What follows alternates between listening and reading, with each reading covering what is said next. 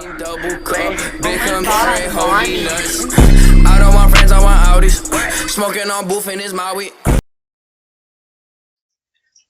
Hey guys! Welcome to my channel, it's Chad Garin TV. For today's video is ipapakita ko sa inyo kung paano mag-hide ng likes and dislikes sa ating YouTube video gamit ang ating mobile phone.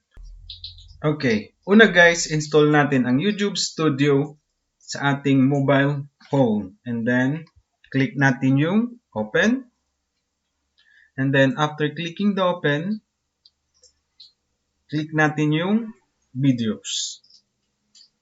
Okay, and then dito guys, mamili na lang tayo kung ano yung mga video na gusto nating i-hide yung likes and dislikes sa ating videos. Okay, click natin ito.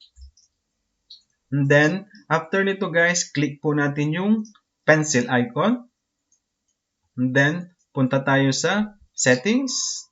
Okay, dito guys, makikita nyo yung user can view ratings for this video. And then, off lang po natin. And then, click save.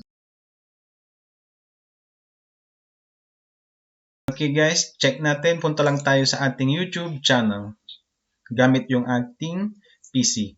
Okay? So, click natin yung videos and then ito yung naka-hide na likes. Okay guys, as you can see guys, ito na siya. Naka-hide na po siya yung likes and dislikes. Okay guys, bali ganun lang kadali kung paano mag-hide ng likes and dislikes sa ating YouTube video. Okay, kung nakatulong sa iyo ang video na ito, please consider subscribing to my channel, Chad Garin TV. And thank you for watching. Bye-bye!